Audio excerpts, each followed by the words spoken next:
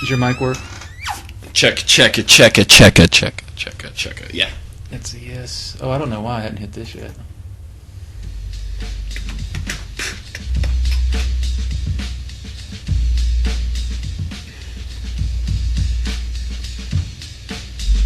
Music. Everybody loves music. Yeah. It's a CrunchCast intro, motherfucker. Yeah.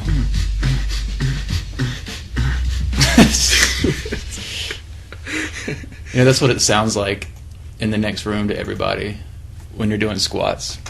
Oh yeah, I believe it. You can hear this.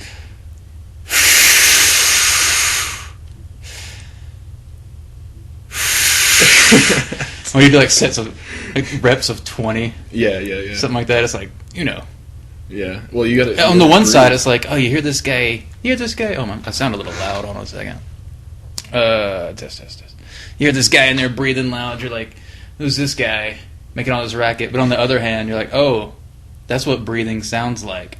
Yeah. I smoke so many cigarettes and sit around so much that I thought it was supposed to sound like. Well, during meditation, I've been practicing like getting meditation. Getting really deep breaths. Oh, you've been doing your own? Exhaling all of your. No, I can't. You're doing it in your ohms? I can't do that. I've been practicing because I had to make a bunch of sounds for this level I was working on. Yeah. And then I was like, that feels pretty cool. These guys are on to something, man. I'm just going to chant. I would love to do that, but I think my roommate would get a little disappointed. Oh, what's he going to do? I meditate at like 2 in the morning. Give you a massage? Give me a massage, yeah.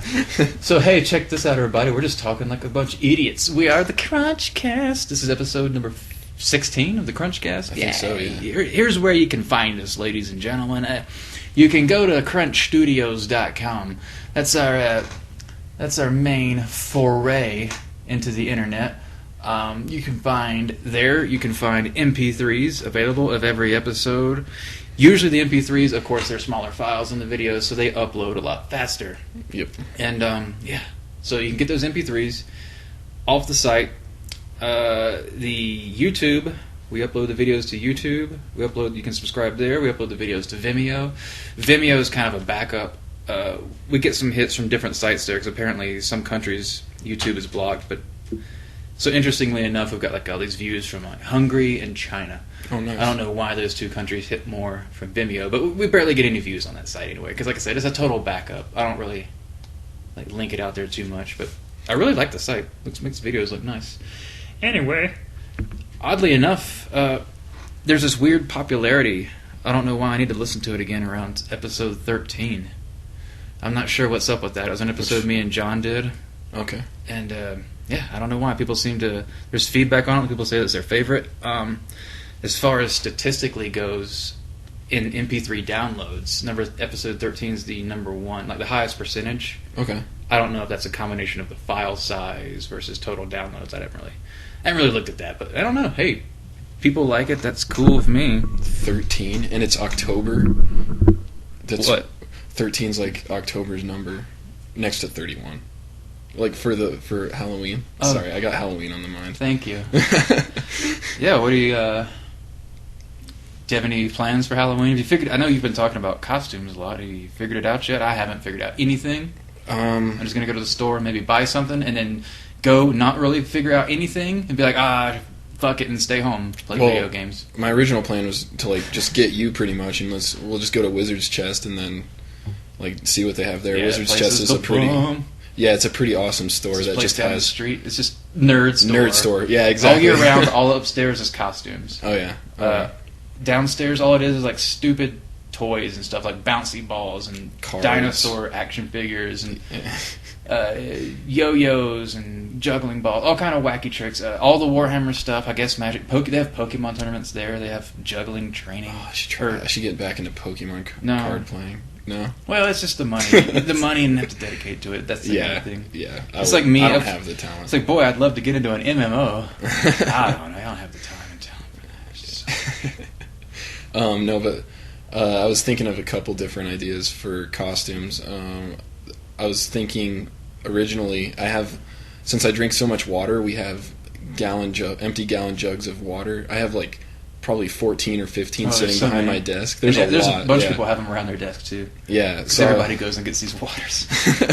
So they're all over the office, everywhere. So I was thinking about cutting those up and making a suit of armor out of them, and then being a juggernaut. Yep, exactly. Get it, folks? Yeah, water jug. Anyways. Hey, there's actually, if you look around, there's some people that have done some pretty nice costumes with stuff like that, where they take just big empty bottles, and besides you just cut off the top and the bottom, so you've got a thick cylinder that you can latch together with others. Yeah. For those of you that didn't figure out what we're talking about. I've seen some people that actually put together some pretty creative things. Oh yeah. There's like some guy that I saw recently had like it was like the little case of beer box, and he had like a helmet and like a shield thing or something, but it was just creatively cut out. Mm-hmm. It looked really cool, even though it still said like Keystone Light or whatever. I forget what beer it was. Yeah. Some cheap beer. Get it like cheaper by the dozen, folks. But it's getting a little too late in October to do that, to build a full costume. Also, spray paint is pretty expensive, and all the materials. It would just take Not if you're like a you graffiti said. artist. Yeah. Get a graffiti artist to just steal me a whole bunch of paint. So then I just decided to go as a greaser, because I just bought a leather jacket the other day, like a nice leather jacket, and I'll just wear a plain white T-shirt and put a box of cigs in the sleeve. Hey, you roll it up in the one. And get a switchblade comb. Yeah. Do all that fun stuff. I told you, if you can't get the switchblade comb, get just a giant, oversized cartoon comb, just so. Yeah. And actually, if you can't get a wig, like a big giant. Oh yeah. Elvis wig, and just be like, "Oh, baby, hey." That's actually a good idea. Maybe even you can get some of that. If you want to take it to the next level, you can get some like makeup to make it like you got grease lines dripping, grease is dripping down the hair. We could totally go comedy with it. Depends on how far. I don't know. Yeah, I don't even know which way you want to take it. I was thinking more sexy since I'm single. Yeah, I was thinking you more should really go. Yeah, push yourself to the limit. Yeah, because Halloween's the best time to hit on chicks and show off your body if you got one. Oh yeah, you gotta do it, bro. Yeah. So that sounds good to me. I think I'm just gonna do that one. But we should still go to Wizard's Chest, check out what they do. Yeah, because I haven't really decided. I went to their website and went through all their costumes, and I saw a couple that looked pretty cool. For some reason, I think pirate costumes are awesome. Not in the sense, not like the Jack Sparrow one, like something different than that. Like more traditional, I guess. Something about those outfits. I'm like, that looks pretty cool. If I went as a pirate, I'd have to go full out like pirate. I'd have to get a monkey. A monkey. I'd have to not wear deodorant that day. I never wear deodorant. Okay. But you see, I wash, folks, so no one ever notices.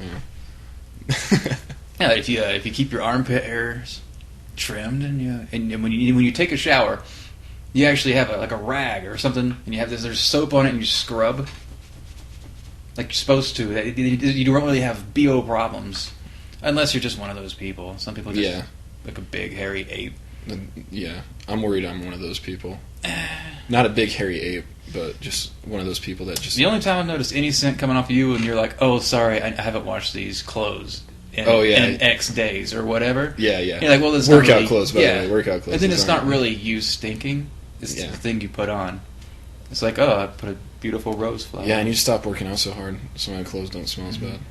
But, I told Brian earlier, I said, the best thing about Brian is he's in such good shape and has so much muscle in his body now that in one of those cannibalistic situations, like he would be like the best one to go for. All you got to, he's got all this great meat ready to go. Unfortunately, because he's got all this awesome muscle, he would be the last to go. He would kill everybody like easy, no problem. Just, I think I made a joke about that one time on my Facebook about how I told all of my Facebook friends, you guys don't have to worry because if I was a cannibal, the only person that I'd want to eat is myself. So, which, by the way, I need more Twitter followers. I only have 17. Oh, but Twitter's a weird thing. I don't really have many followers. I don't even have 100. But I'm not like a celebrity. I don't promote it or anything. Yeah. So I don't know how you really. I don't know. I think a lot of it has more to do with time. Because the longer I've been on, the more people just follow. Like I've seen guys that are like, "What is this guy doing?" But he's been on for years and has a bunch of followers. Yeah. Whereas other people are like, "Oh, I'm a celebrity and I post things that you should know." And I don't really mind. I mean, I'm proud of the followers that I do have, and I try to post some funny things on there for their sake. But at this point in both of our situations, I guess, like Facebook and like Google Plus or whatever now. It's like that's everybody you know anyway. Yeah. So it's like, well, here's a third program to check me out on. Really, Twitter, I guess, is for more like picking up people that don't know us yet. I keep forgetting to update my Google Plus account. Damn it. I have one. I just don't post much on there. Yeah, I only post this on there. I have a lot. I need to actually. Well, I'll post art on there when I remember to. But and I actually have a lot of people in my circles too, and vice versa. I don't really understand I don't really understand the circle thing. Circle thing. It's a circle jerk. Oh, okay. Okay. Basically, I just put. I haven't really made any new. I made one new one yet called Artists, but I only have one person in there because I don't know. It just seems like people just use Google Plus to just repost. Yeah. I just want to call it repost, not Google Plus. It's just people reposting news. It's like, just as a general rule, if you're posting news on Google Plus, there's a pretty good chance that everybody's already seen it. Yeah. And if you're reposting something someone posted on Google Plus already or Facebook, somebody already posted on one of those, just, yeah, why are you? That was weird. You adjusting your headphones was adjusting my headphones. Really? Yeah. That's cool. That was cool, but I don't. Yeah, I can't hear anything. Like I can hear a little bit. Really? Which way did it go? Is it going up or down for you? Well, do it again. Okay, this is up for me. That's down for me. Okay, this is down for me. That's a little bit higher. Yeah. So you're like stealing my feed. Weirdness. Dick. Weirdness. Okay, sorry about that.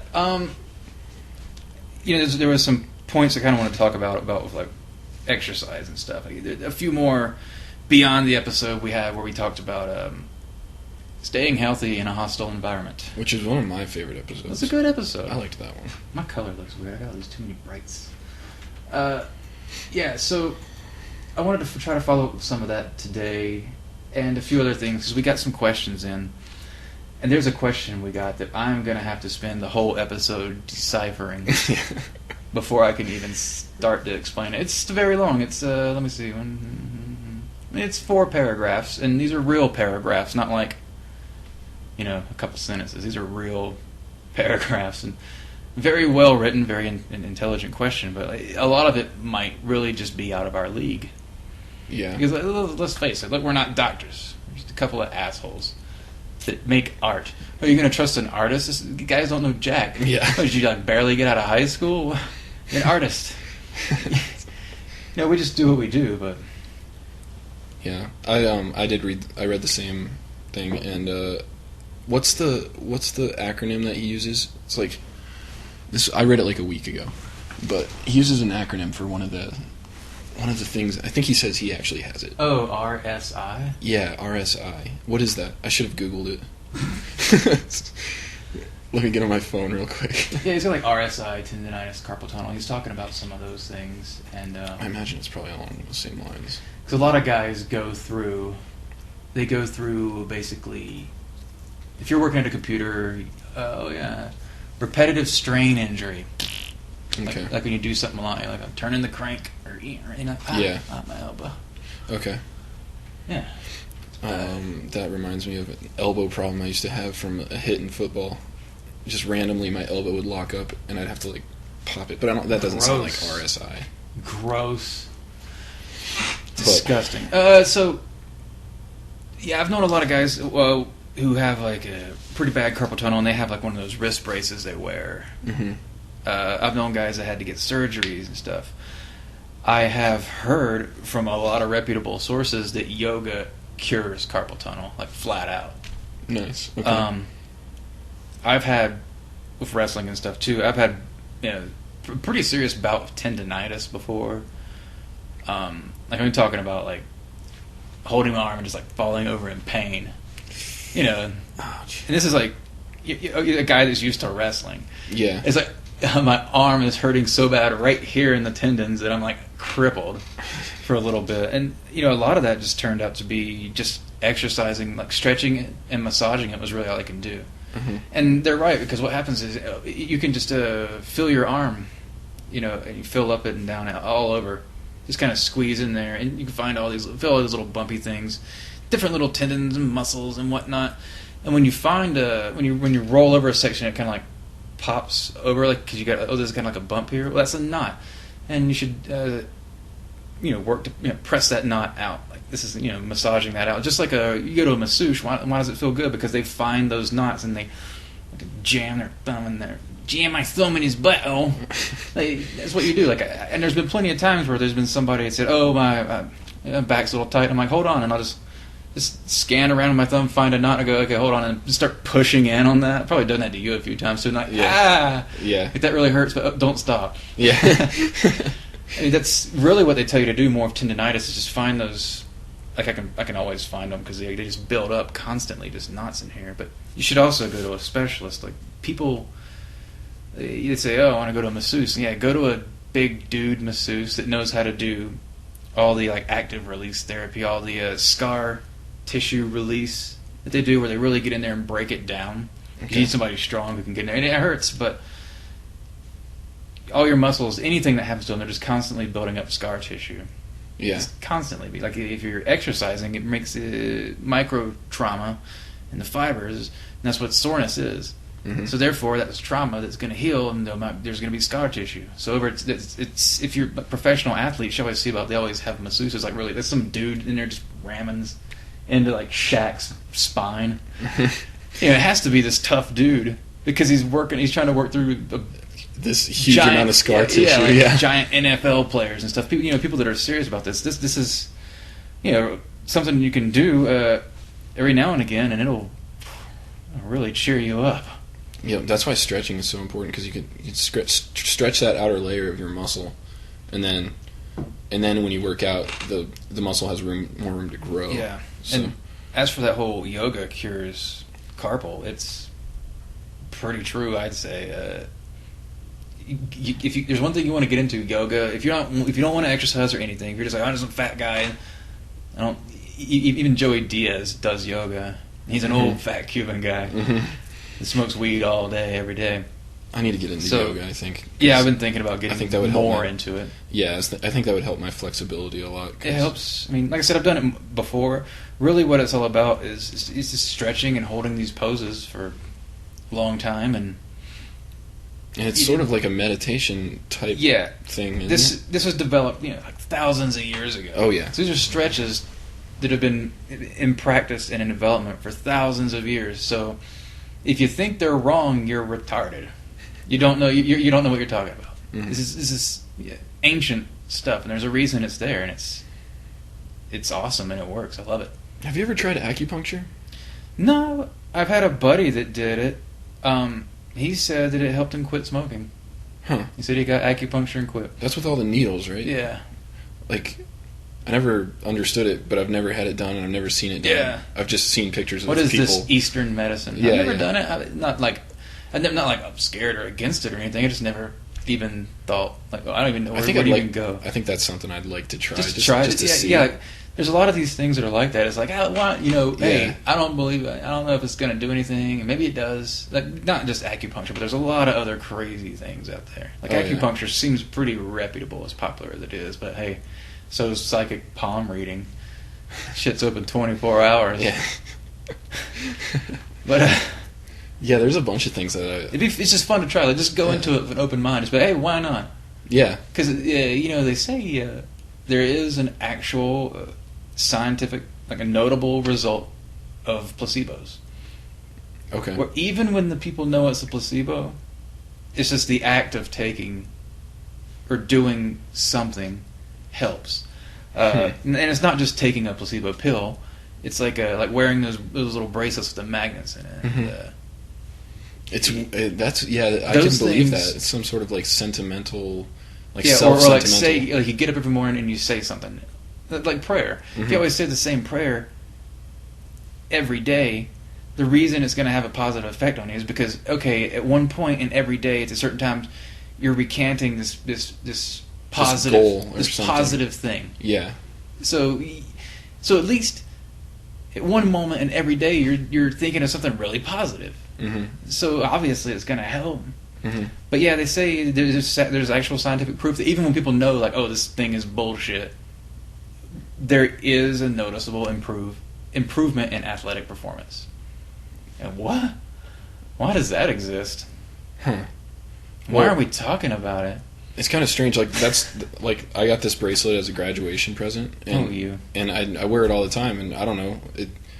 I feel weird when I don't wear it. So because I wear it every day. You so, always have it on. Yeah, exactly. Except when you do pull-ups. Mm-hmm.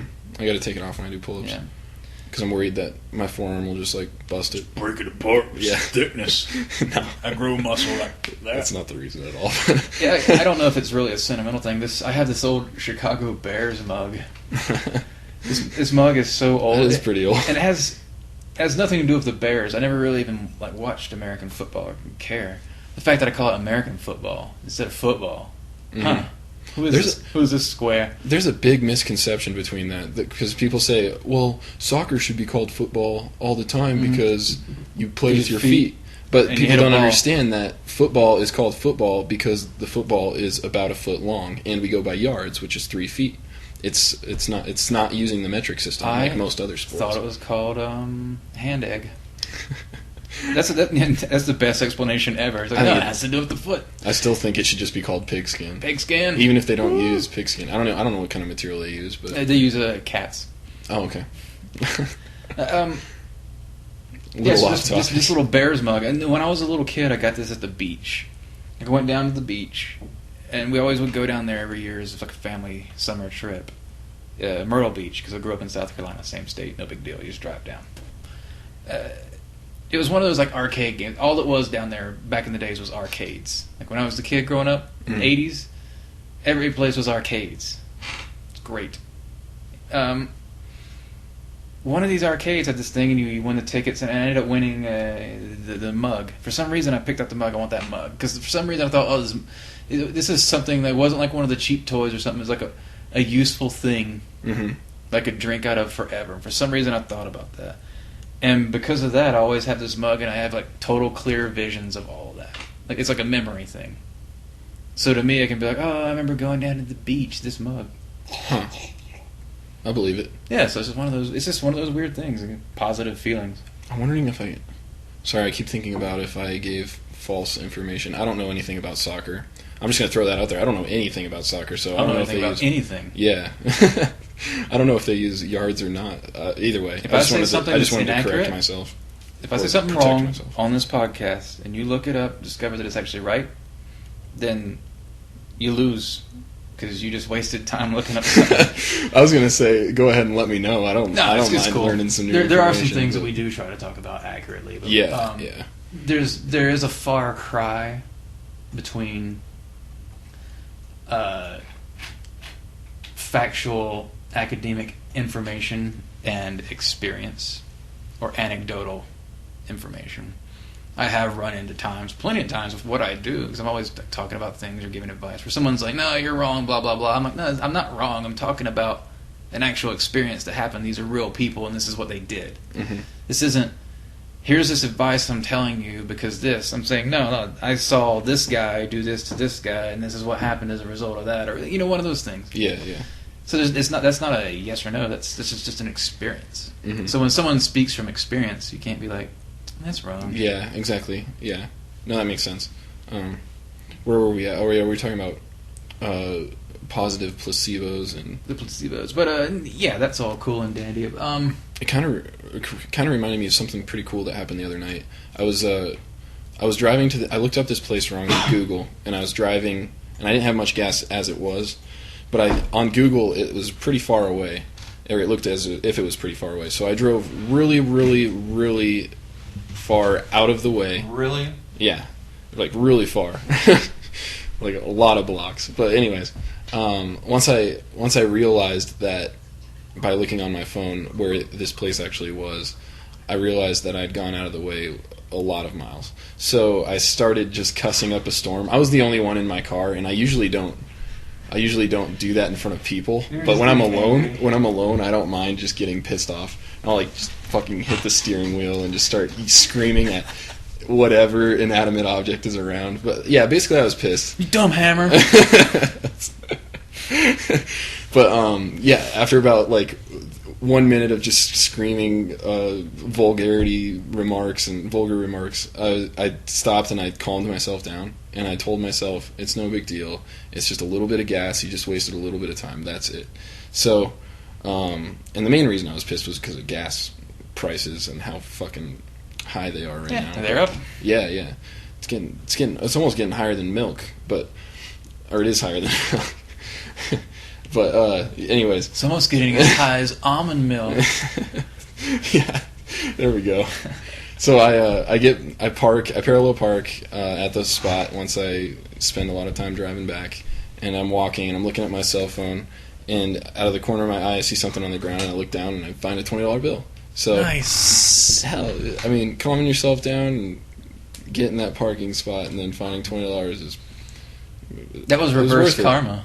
Reverse karma. Yeah, you were like, fuck shit and all this crap. Money. Yeah, exactly.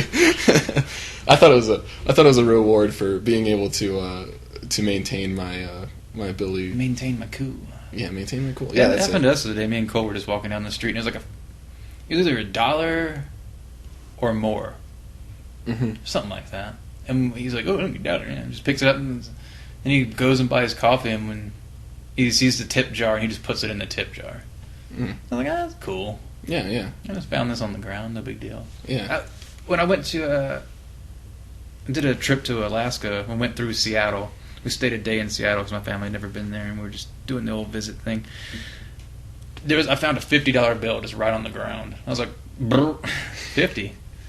That's actual money. I Yeah, could get yeah. CDs with this. God dang, I've only found a $50 bill once, and I didn't even find it was my mom. I was pretty stoked. standing next I to kind of like, I didn't, immediately like, dum, dum, dum, dum, dum, dum, dum, dum. Yeah, and sneak away. Oh yeah, I kind of like, I picked it up and kind of gave it one of these. Look around and be like, "Hey, everybody, look at this money." No, but I was looking around at everybody, and I'm pretty tall, so I can see over everybody's head. And I was looking around for like 5 minutes straight for anybody that was like, "Oh no," digging, or anybody that looked like anything was wrong. Mm-hmm. Didn't see anything, so I was like, "Well, guess I found $50." That's actually a good idea. Look around, and if someone's like looking around on the ground, Yeah, because if it was $50, ask them what they're looking if it was for. $1 or something, I wouldn't have cared. I'll look $1. But if it's that much money, I'm like, and I'm not broke or anything. I'm fine. So Yeah. you never know who's out there. If it's a $50 bill, it'd be something from family on a trip, and they just got effed out of dinner. Could have been bad. Well, that's pretty nice of you. To totally keep that 50, yeah. Yeah, no, to look around. And then if someone had been looking around for something and you asked them, what are you looking for? And they said a $50 bill, then you could have been like, oh, I haven't seen any. I ain't seen shit, Yeah. dog. If I find it, I'll let you know. What's your phone number? What's your phone number? So yeah, some of these, when I had some bad tendonitis and stuff, yeah, a lot of that they told me was just stretching. Like they gave me this, they printed up this thing. Here's what that bitch did. She charged me all this money. Went to a website and printed up some crap that I could have Googled myself. Because I went home later and Googled it. Because after I had the tendonitis, and I had all this stuff printed up, and I'd talk about it, and I have all these things at my desk, like for exercise and stuff, just for like hand exercises. So people would ask, "Oh, yeah, what was that thing?" And I would just Google it right up and send it to them. It's something like you just Google tendonitis exercises, and it's just you'll find it. It's just like pictures of like they're stretching a hand this way or stretching a hand that way. Doing like grip exercises, like you can take a piece of paper and crumple it into a ball is actually a good one, or you can get one of those little gripper guys. Oh yeah. Other good ones are like you take like a hammer and you just do like rotations with the hammer, And the heavy weight offset away Yeah. to the outside. Yeah. Yeah, they're like, hey pussy, it's been sitting at a desk. Oh, my arm hurts. Well, if you just take a hammer and fucking hammer some nails, you'll be fine. That's what they're telling you. They're telling you if you actually just do something, Yeah. then you'll be fine. And that's why, like, if ever I get any sort of pain, and I get it sometimes, especially if I play like Diablo. If I play Diablo for a long period of time, it's carpal. Oh, it's just right up. It's like locks right up. It's like ah. But I'll just go into it like vigorous exercise sessions with it, where like the next time I work out, I'm like just doing all the stretches, all the exercises. I got the roller, like all kinds of stuff. You can just look up grip exercises, You can find so many crazy things, and all of them are just awesome for carpal tunnel and stuff like that. Now, I'm not saying that's the answer. Everybody's different. Remember, folks, we already said go to a doctor. Or we didn't. But the point is, it's going to be different for everybody. And some people, they're going to say something else. Like, there was a lower back pain. There's been so many lower back pain threads that I've seen on different forums. And I've got to the point now where I just reply, deadlift. Just because I've seen it so much for guys that sit in chairs, that if they just perform the proper form of deadlift, not even like a really heavy weight, just kind of do it a few times and get accustomed to it, then a lot of that back pain goes away. Like I used to get really bad back pain from just standing still for too long. And a lot of my buddy was like, "Yeah, I get the same thing. It's like just my back hurts." I'm like, try this deadlift, and he got into deadlifting all of a sudden, and he was just like built for it. Like he was instantly like going for 400 pounds, like just doing it just because he was strong and didn't know it. A lot of people are like that. Look, a lot of folks out there, you're probably a lot stronger than you think you are, especially with exercises like deadlift. I mean, we can deadlift 300 pounds, no big. Yeah. I think my max deadlift from the floor was like 365, and I'm a total wuss. I haven't even maxed out because all we have is we only have 300 3 pounds. now. Yeah. But yeah, that's like, I'm telling you, don't be impressed by my numbers. This is very, very low weight. Like beginner weight is 405 pounds. Yeah. That's like beginner deadlift. If you watch powerlift, like Google some or YouTube up powerlifting videos, these guys doing bench press, squats, and deadlift. All these have over 1,000 pounds. Like the max deadlift is like 1,005 or 1,008 pounds by Andy Bolton. The max bench is over 1,000 pounds by Ryan Kennelly or somebody. I don't know. I don't really keep up with his best. I just remember these guys have done it. And the max squat I know is over 1,200 pounds. Oh my gosh! I don't know. A bunch of people have actually done that. A bunch of people have squatted over 1,000. Wow! But it's just ridiculous feats of the human body. So, and a lot of it's just seeing somebody doing it and be like, oh yeah, you can just do it. I liked what you said about how people are stronger than they think they are. Most of the time. Because, like, for example, Dan came up to me the other day and I was like, okay, I'm going to do 10 more of this certain set. I was doing military press. I'm going to do 10 more after doing a whole bunch. So I did 10 more, and on the 10th I was struggling, but I got it up. And he's like, oh, you're like, I'm just going to do 10 more, and if I bet I can't even do 10. I was like, dude, I bet you can do 10. And he sat down and he did 10 easily. But he honestly didn't think he could do 10 in a row. Yeah. So, I mean, it's... And what, do you remember the weight at all? It was just bar. Just a bar. Yeah, I see what you mean. Yeah. Yeah, you do that a lot of times. We do that especially when you're warming up, or you're just doing like a high volume training there. Well, I was doing numerous reps. That's what I was doing. You're doing a whole bunch of reps or something. Like I like to get that 45-pound plate. I haven't done it in a while. Like I just like kneel over and just kind of do rows with it forever. I think I did like 100 and something was my most ever. And that's like the same way I do a bench. I get on a bench and just kind of. I could feel it working my traps better instead of doing that bent over row with the plate. I got the 2 dumbbells. You like that better? Yeah. Oh, you're doing laying on the bench and like putting all of my weight against the bench and like. Oh yeah, well, that's totally isolating. Isolating just to the traps. Yeah. Yeah. It's not helping my legs or anything. Well, when you're doing like with the plate, there's a reaction of I pull forward, my body comes forward a little bit. So I go to stabilize by pulling back, and therefore it's like the English. Like you're putting that. I see what you're saying. Kipping on it, I give it a little extra whip to whip my body up in there. But when you're laying flat on something, that doesn't happen at all. I mean, you could go, but you'd be flopping up and down on everything. Yeah, exactly. You'd feel silly and look silly. Yeah. No, that's a good point. I was mainly just trying to work my traps at that point in time. But it's one of those things I always show people when. If you ever work out or get into that, you're not interested in. I mean, unless you're just a weirdo, you're really interested in curls because you realize, well, that's just for fun. And curls for the girls. Curls for girls, bro. Like, you focus on bigger lifts unless you're like a specialist or professional. Then none of this even matters to you because you're way above this.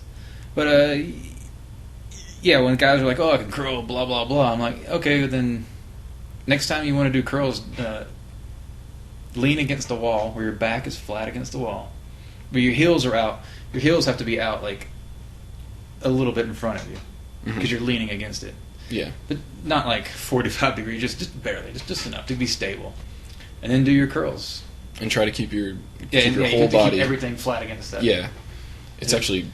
Because you'd be like, oh no, where's all my strength? Yeah. It was just you going. Because that's literally just your bicep, That's pretty much. literally just, instead of you just like bouncing around like a fish out of water while you're doing curls.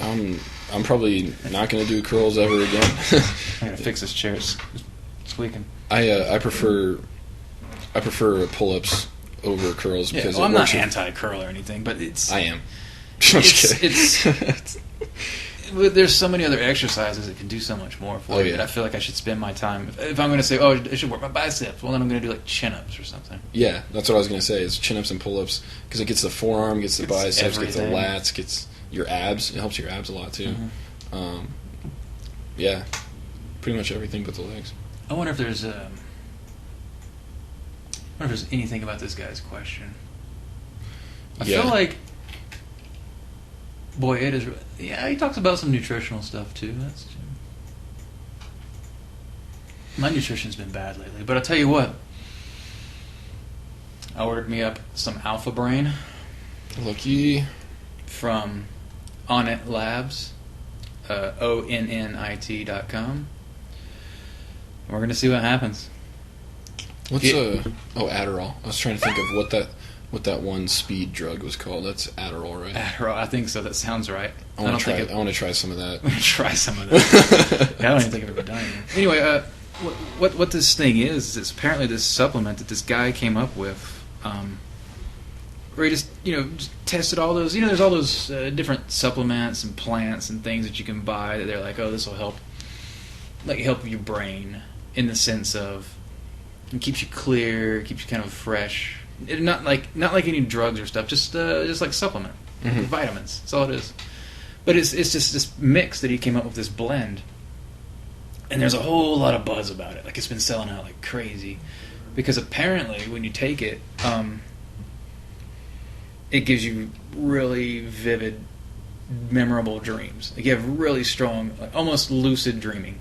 Okay. Like with a little bit of practice, people are having like full control lucid dreams. Oh wow! Like living out scenarios and like learning things and improving, like playing out scenarios in their real life before they're actually having to do it, and then when they go into it with full confidence. Really? And apparently it's ridiculous. And look, this isn't for. Apparently, most people are saying, "Yeah, this is awesome. It's crazy." Other people are saying, "I didn't do anything." But they're geniuses. But yeah, they're geniuses. No, you never know. Yeah. You never know where anybody is in their life, like what they got going on in their life, stress, what they're drinking, what they're eating, all that shit. But yeah, there's all this buzz about it for that. On top of that, the general improvements are, they say it's really good for travel. Like if you travel a lot and you travel somewhere and this guy, he takes a few of them when he gets to the hotel and he has no jet lag. Apparently, it helps with all kinds of little things like that. But this is just, It sounds like a pill that you take like right before you go to sleep. Like it's a sleep aid. I heard it's kind of different. It's like you start the day with it. The dreaming thing was just a side effect. Okay. They don't actually suggest taking it before going to bed.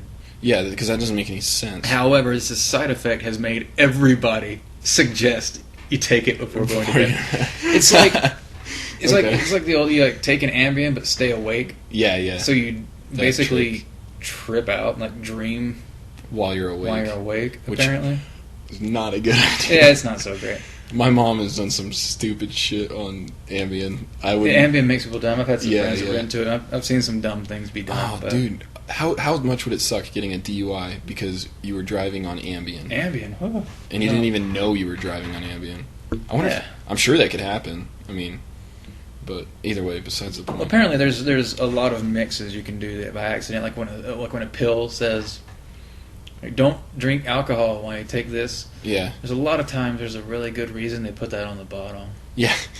And it's don't be pregnant while taking it. Well, yeah.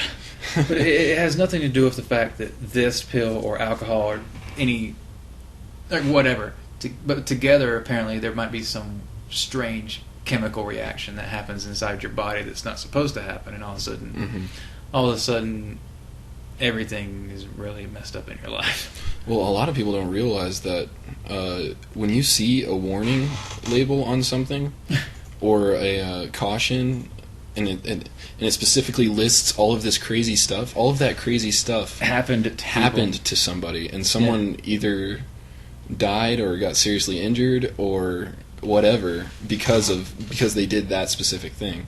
And it could just be one person. Yeah, the reason they list all those, or that did happen at least to somebody. And if they list it first, yeah, it's happened to probably happened to a lot of people. Yeah. So,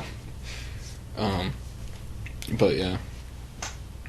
What else does he mention? What does he mention about nutrition? I don't remember him much about that part. I would have to really have to think about it. Yeah, my nutrition. He talks about stress and anxiety during crunching and things like that, and it's look, that stuff is really tough on the body. It's you work all the time to try to get this money. Mm-hmm. Oof. It's tough. And then you die unfulfilled. You got to live in the present. I think I read that today on Facebook. Actually, I'm going to read this thing because I read it earlier, and I kind of just half quoted it, so I better damn read it right. Yeah, that makes sense. Thinking of nutrition, I've been trying to eat like at least 6 eggs a day, 6 hard-boiled eggs. Whoa, the whole thing? What do you mean the whole thing? You know, the whole thing. The whole just egg? the white or the whole egg? Oh, yeah, the whole egg. Yeah, the yolk included.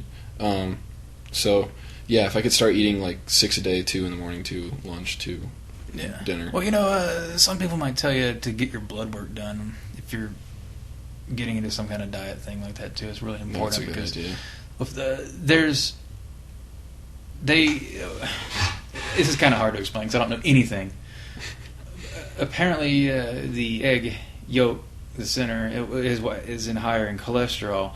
However, it hasn't been proven that that's the bad form of cholesterol. It's actually the good cholesterol that's in that egg.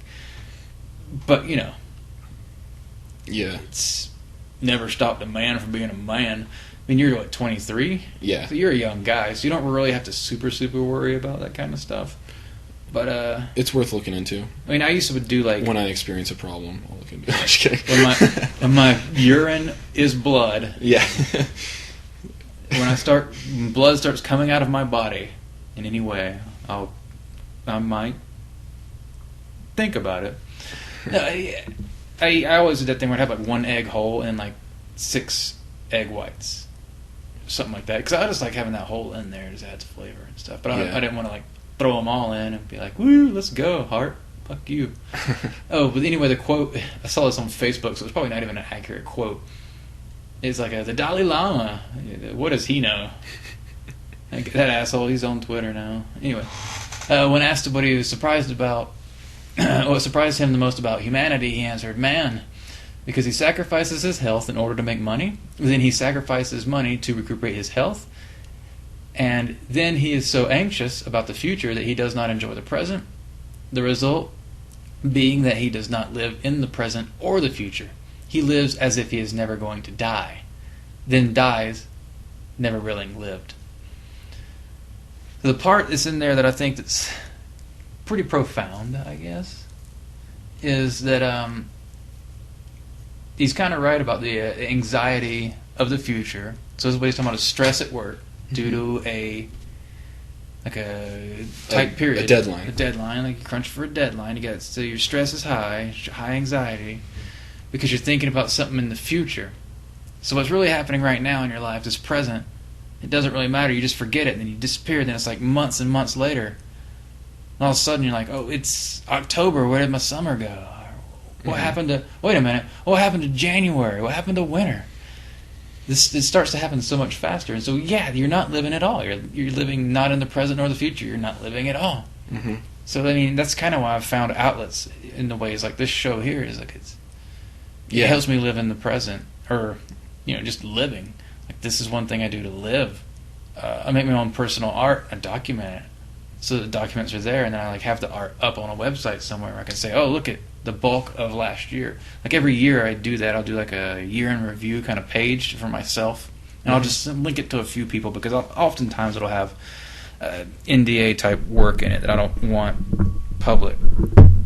Sorry, Yeah. just moving my mic there. But those types of things really make me feel like I lived, especially when I'm working really hard on something and thinking too much. But yeah, a lot of guys have asked me a lot of times, just because I've been around long enough, like when it comes to like a crunch period and stuff, I never really stress it. Mm-hmm. I'm like, you gotta do what you gotta do, man. Yeah. And the only reason to stress anything is just to hurt yourself. You just stress is basically you just drinking the poison That society of is what you're offering. supposed to do. Yeah. Instead of just doing it and not worrying about it. And if you're stressed about it, it doesn't matter either way. Some people actually work better under pressure, so they like pressure. Pressure is good for some people. Mm-hmm.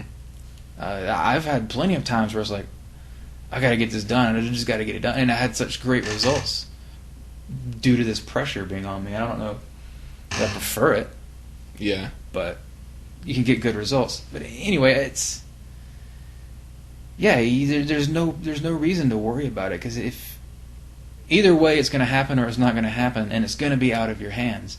If you make a game and you're just doing art for it, then what does it really matter? Yeah. If your art is good, then your portfolio is awesome. If the game's art is good, then it doesn't really matter. If the game's art's good, who cares? If it's a shitty game, it's a shitty game, and no one's going to buy it.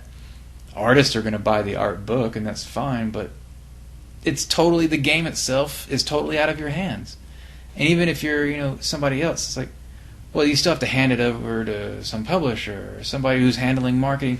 So much of it is just so out of your hands. If you're not at that top level, then just, don't worry about it. Yeah. I mean, yeah, it's your career, but so much is outside of your own realm of control that if you're worried about it, then you're just costing your own health. We're not saying put the pressure on other people, by the way. Put the pressure on other people. Yeah. Hire someone below you. We're just saying try to relax. No, that isn't the pressure. The pressure is there. If you like the pressure and you work with the pressure, then it's good.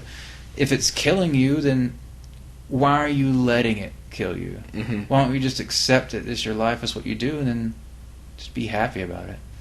Because, like I said, the stress is out of your hands. So why even stress it? It's not a. Oh man, trying to explain that to a girlfriend is so freaking hard. You have no idea, dude. Try to explain a Just bicycle. Like when a girl is under pressure and you say, look, you just need to relax. That's like the worst thing you can say, because they just go off and just throw excuses in your face, and there's nothing you can do because you're. This is all you're the girls, alpha because male. Brian is not generalizing.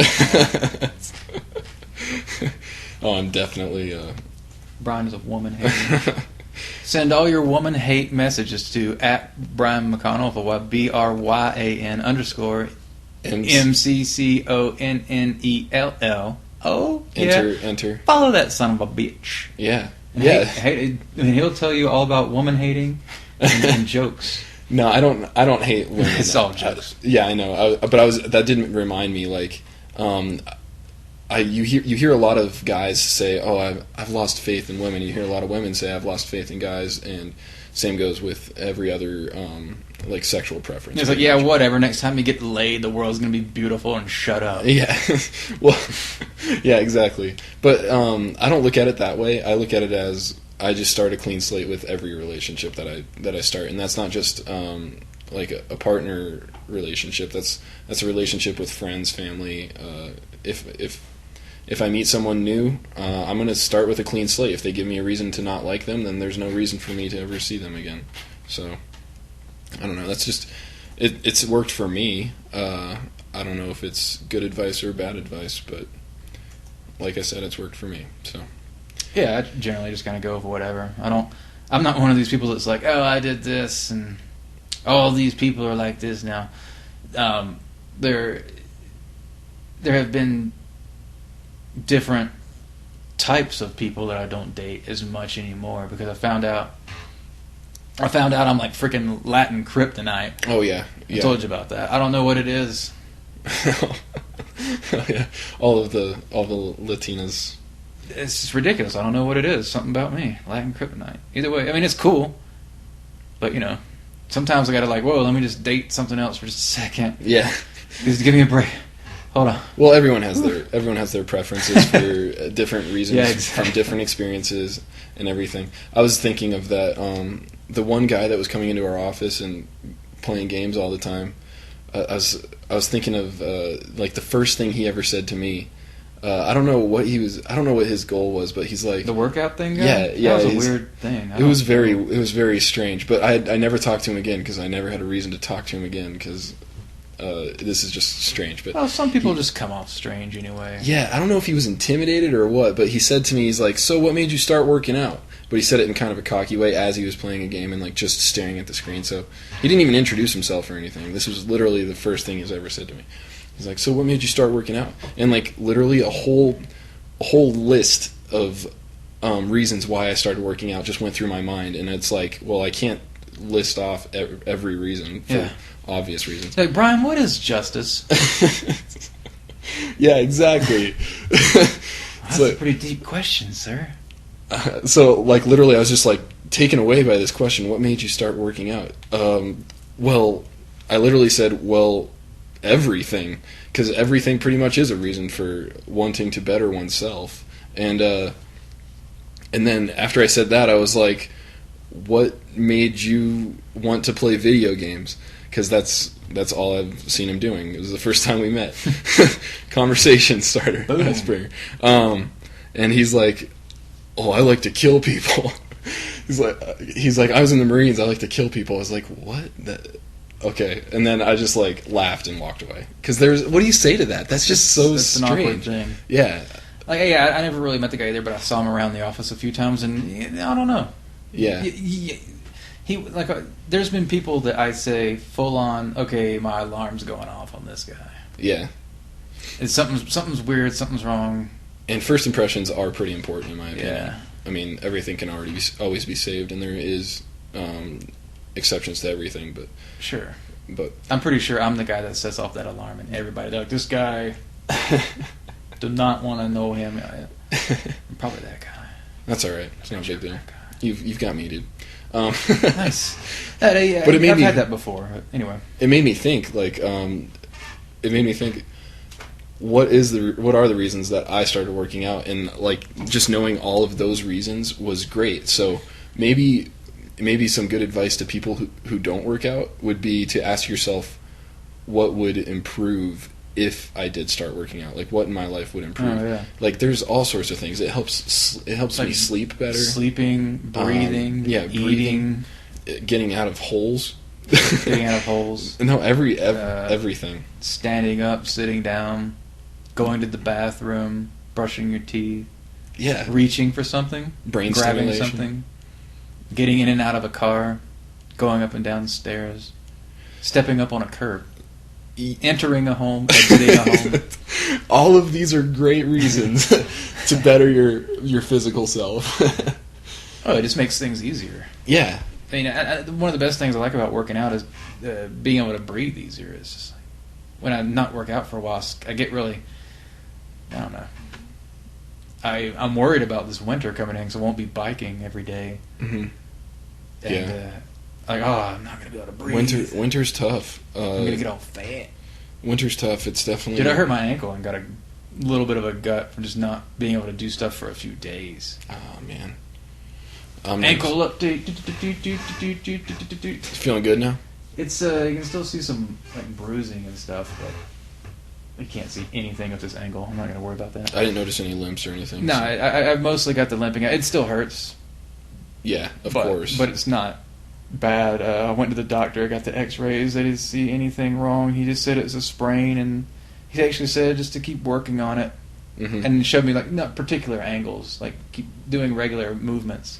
And he showed me some exercises and stuff, which is basically things I already do. Yeah, stretch it. But he said, yeah, just because roll when it's a around sprain, he's like, don't not do anything. Because what people do is they'll like sprain their ankle and then they'll like put it up and baby it, yeah. and it'll actually heal incorrectly. And he said even though it like, kind of hurts and stuff, since there's actually no injury, like no actual bones broken, as in like nothing really really bad, he said move it, and so I immediately moved it. Next day, biked into work. It kind of hurt doing that, but not like. Not I to the wasn't point like, where you oh couldn't- no. Yeah, not to the point where you couldn't do it, obviously. At first, it was like, man, it's a little uncomfortable when I hit a bump. Mm-hmm. You know what I mean? Like, nothing crazy. Yeah, and it was worth it. Yeah, it's definitely worth it to jump back on the horse. The iron horse. That's a pretty interesting way of looking at it. I want to get a bike. I want to get a bike really bad. I'm different though. I want to get like a BMX bike because I want to actually learn how to do tricks and tricks. Be a cool player, pro, bro. What's up, yo? So I was thinking the number one excuse that I get from people, and I'm sure I can generalize this as well. Well, I don't have my shorts. That's. Dude, I'll work out in anything. I don't give a fuck. That was my last work excuse. Out, right. That's what I did today. I didn't have my clothes, and I'm just like, whatever. I'm never doing squats in jeans. Well, yeah, you don't want to do squats in jeans. That's lame. Yeah, it's too much. It's too hot of an exercise. You don't want to do like a major leg work in kind of tight, tough clothes. You want something to be. You want your body to breathe. Your skin breathes, by the way. A lot of people don't know that you take in oxygen through your skin as well. True. So if you're sitting there wearing like a trash bag, it's not very good for your. It's not very good for your. If you wrap your whole body in duct tape, you will suffocate. It happened to Tom Green, and he did a bit over in Japan for some MTV show. He wrapped his whole body in duct tape and almost died. Oh, really? Suffocation. Because his body wasn't able to get oxygen through his skin. Huh. I did not know that, but I believe it. It sounds like Tom Green. But yeah, the number one excuse that I get is there's just no time. That's the biggest lie. I know. Whenever anyone always says they have no time, they're just they're making here's what you're saying when you say to anyone, "I have no time." Hey, I'm lying to you. Next. Yeah, why are they talking to you right then? Yeah. If they have no time, what's the point of conversing with me? What TV shows? Which movies? What's the point of websites have you browsed? And add all that up in a day, and then subtract that out. It's way more time than it would probably be working out. Yeah. You take 30 minutes. Come on, just fucking hit the floor and stretch and do some push-ups. Well, when I'm preparing meals in the kitchen at work, I do calf raises on my little on my little 2x4 board that I bring in. I mean, you can do anything anywhere, pretty much. Yeah, I don't want to promote Bruce Lee or anything because the internet is shamefully misinterpreting his life as some sort of superhero. But when I was a youngster, I don't know. I wasn't that young. I was actually an adult. I was already working, but I read his book. And one of the things that he said in his book that always stuck with me was try to find ways to exercise all the time. Like, take the stairs. Or like, oh, I'm not doing anything right now. Push-ups. You don't have to get crazy. Mm-hmm. Like, if I have any pains, I just stop doing that motion for a while. Yeah. Take it easy. There was a point there where I was doing like squats every other workout and biking. Got in really good shape. But my hip was just getting a little worn out. Yeah. So I just gave it a break. I'm like, look, I'm biking every day. Do some upper body stuff or something. Well, I did upper body too, but I'm just saying. Yeah. I didn't need to do as much as I was doing at that point, so I just took a little break on the squats, kept biking, and hip is fine. But the point of just you can always do something more, like walk. Don't drive somewhere. Take the stairs. Yeah. Eat an apple instead of a get candy some bar. fruit, or actually forget about fruit. Get vegetables. Get a vegetable snack, because fruits can be. Fruits are awesome. Don't get me wrong. Eat fruit, but they can be higher in sugars and stuff. Mm-hmm. Whereas vegetables are generally higher in like fibers. And it's not all of them. I'm just talking at my ass. Yeah. Mixed nuts are a really good snack too, like almonds. Protein, yeah. Because almonds, you get all nuts have like, most of them have fiber and protein in them, which is amazing. God knows what. A lot of people don't get enough fiber. Yeah, dude, fiber is so I'll admit, big. I still don't think I'm getting enough fiber. But I'm no one's practicing. getting enough fiber. Yeah. Do you shit like every hour? Look, if you're not having like three or four good poops a day that are seamlessly flowing, you're not like, there's no pain, it's just seamlessly flowing out of you and look like the earth. If it looks like dirt from the earth, it kind of looks like and smells like that, then everything's fine. Mm-hmm. Otherwise, you might be messing up. Mm-hmm. Every time I mess up my diet and I go to the bathroom, I go, boy, I can tell. Like, if I miss my They did that shake every morning. I take a cup of oatmeal, half a cup of frozen blueberries, a banana, and a cup of almond milk, or just to fill it up. Mm-hmm. I switched to almond milk just because I wanted to try it out. And it makes it like a whole vegetarian meal. Woo, fancy. I got nothing wrong with milk. Love me some milk. But anyway, I just trying out almond milk. So, do that every morning. And all that oatmeal and stuff, and all those antioxidants, well, I get my fiber in. Mm-hmm. And all through the day, no matter what I'm eating, I'm fine. But when there's days, like on a weekend, where I miss it, or whatever, and I just don't eat that in the morning, I'll be like clogged up, and nothing's working out great. I forgot what the 3 types of body types are, but if you happen to be my type of body Meso, type, ecto, endo. yeah, I don't know which one is which though. You're ectomorphic, I'm sure. Ecto, The skinny one. okay, yeah. If you happen to be an ectomorph, have an ectomorph body type, We're both ectomorph. it's very difficult to gain weight, and oatmeal and those types of foods will stretch your stomach. The hardest part about gaining weight as an ectomorph is eating. If you're trying to, Well, the problem for ectomorphs, I want to go ahead and dispel this myth okay, about what eating really means. I've heard this so many times, and I heard this even from myself before I figured it out. And then once I figured it out, I put on like 50 pounds of muscle, no problem. Anyway, no problem. it was easy once I fucking figured this out. It's just so simple. Ectomorphs that think they're eating a lot are usually never eating jack. Mm-hmm. Like I just recently, somebody told me, he's like, "Oh yeah, he's been trying to gain all this weight, blah blah blah." I'm like, "Well, what do you eat? Tell me." And he's like, "I eat all the time. I eat so much." I'm like, "Tell me what you eat. Like, tell me everything from start of the day to the end of the day. Everything you eat today, or whatever day on a day you said you eat a lot." And it is nothing. Mm-hmm. It is nothing. If you count up the calories, you count up the actual proteins versus their body weight, the calorie, you count the carbs, you count the fats. You're eating nothing. Mm-hmm. If you're not gaining weight, then you are eating nothing. And that's all there is to it. Unless you have one of those freakish metabolisms where you have to eat 12 meals a day or you die, and there's a 60-minute special about you and your crazy disease. Yeah. If that's not the case, then yeah, you're just being a retard, and you need to learn how to eat.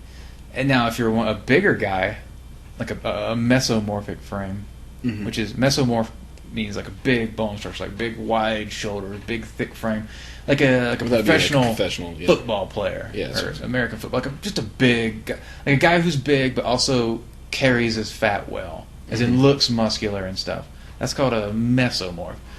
And those guys can put away a lot of food. They'll make your ectomorphic diet look like, an idiot. Mm-hmm. They'll show you how to put away some food because they grew up and they know how to grow. And it has nothing to do with what they did earlier. It's your body type. However, you can go either way you want with proper nutrition to an extent. The other one is the endomorphic.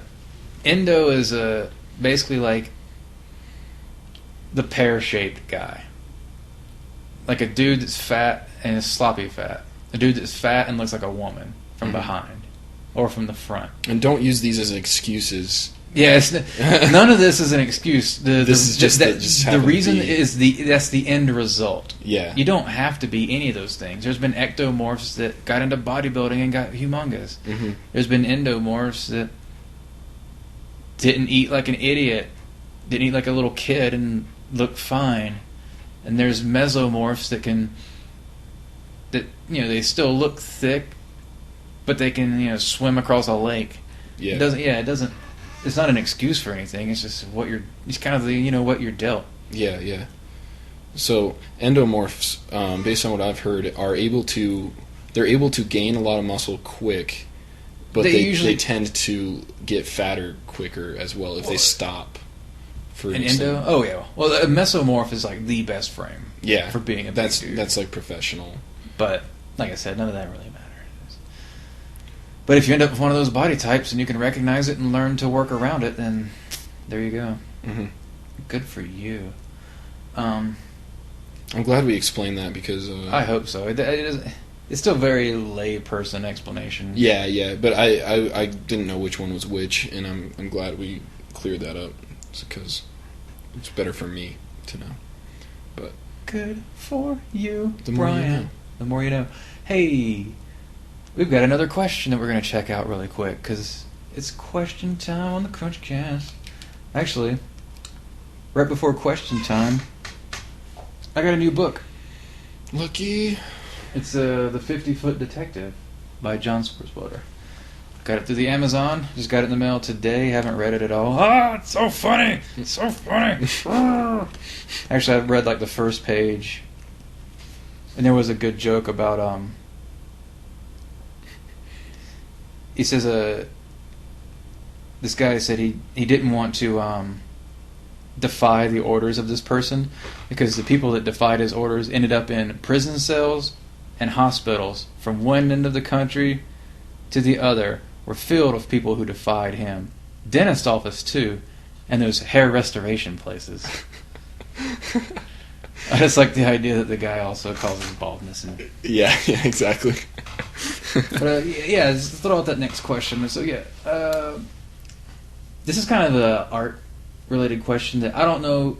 I know you've probably felt this already, but not a lot. And I'll get into it more when I get back to it. But the question was asked on the YouTube by a crazy username, SizB0011. Yeah, good luck. How much can your creative taste affect the production work if there aren't any strict visual concepts? Does an artist particularly get hired because of his authentic visual taste that they want to integrate into the project? Or does an artist, or should the artist be 100% adaptive to the project?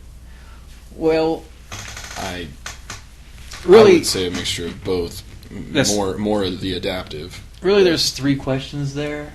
I guess the first question is, okay, if there isn't a really, really strict style in the game, and you have your own personal taste in art, how much can that affect the actual production work? I'm going to try and translate that question into my own adaptation to say, if this artist is on a project and just the way they make art looks a certain way, how much can that single person be the project? And how much could that one person, say, influence another artist? Like, let's say you got a guy and he's a new guy and you make him make 3D and whatever, but pretty generic portfolio. I've seen all these props before, and you can make them technically, but whatever. But then you got another guy who's just stylistically amazing. If you put those two together, obviously the stylistically amazing person would often dominate artistically, in the sense, just because they would be considered a better artist for what they do, and he'd be looked up to so much, and be given, hopefully, if everybody's a professional here, given good enough feedback back and forth to improve his art to be along those same levels and style. Oh yeah, that makes sense. See how you feel about that. Did he say what? What? That was where we both leaned in. We're just shoulders. Shoulders. Wait, do your arm. Okay, never mind. Go ahead and read whichever you need to read. I'll be right back. All right. Question: how much can your creative taste affect? I used the wrong effect, but that's all right. The production work if there aren't any strict visual concepts. Does an artist partially get hired because of his authentic visual taste that they want to integrate into the project, or should the artist be 100% adaptive to the project? Okay. I'm not the best person to answer this, but I'm going to go for it. Here we go. All right. I'm in the man's chair right now. I personally believe that you should always be able to bring your own authentic creative input when necessary, but you should also be very, very strongly adaptive to the to the style that is already present within the project. I would definitely recommend learning to possibly try different things within your art and picking up a couple different styles. If you were strictly doing one specific style, it's probably better to broaden your horizons. Are you switching sides? Yeah, I'm just trying this out. Okay, sounds good. I was just saying, do what? Can you hand me that glass? Oh, yeah. Yeah, that's the good one. Need your alcohol. This isn't alcohol, it's grape juice. Oh, okay. It's wine, it's just grape juice. Okay. I was thinking mainly about my vector art style, how my art style is pretty much just cartoony. I can't do too much other stuff. I mean, I guess I did do those controller icons. Those are like technical art. Yeah. When it comes to technical art, a lot of people can just do technical art. Okay. Because it's simple gradients and stuff, and as long as you can emulate a style, like this is one thing that kind of answers that question a little bit, is a style emulation. Often, if you get on a project, there should be a style guide. If there's not, go to your lead and say, huh? And like at work, we don't have one, but that's just because I was the only artist forever. We'll have more on that down the road. Anyway, like I've been at bigger companies where they have the style guide, and style guides got like palettes and shapes and history and why things are certain things.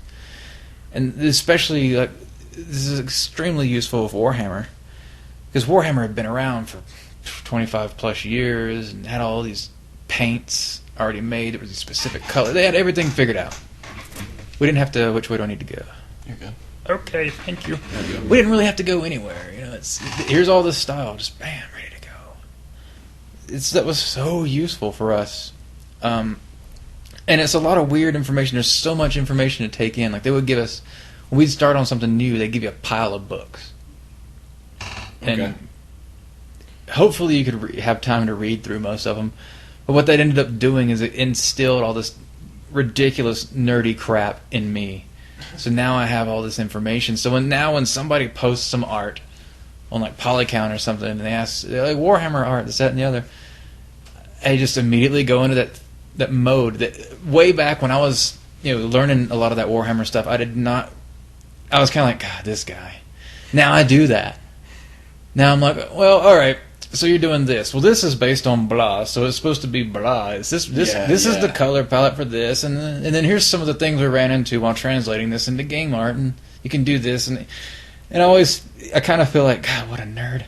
Yeah. But at the same time, it's like, well, that's really the best information they can get, because with a thing like Warhammer that's been around so long, if you do it wrong, it looks really wrong to everybody, because it's been around so long. And if it's like if you do I'm gonna make this dwarven fortress Warhammer, and it's gonna have skinny tall pillars everywhere, it's gonna look all messed up, dude. Oh yeah. That is not right. That's gross. It's disgusting. So definitely just read the documentation and then go from there. RTF, read the fucking manual. Yeah. What was the other part of that question about, like, how the style can Sorry, I influence? keep squeaking this chair, but You want to sit back over here? no, it's fine. I like it here. Oh, damn. Does an artist partially get hired because has authentic visual taste that they want to? There's been plenty of times where if the project if the project doesn't have anybody, it's a super good artist or whatever.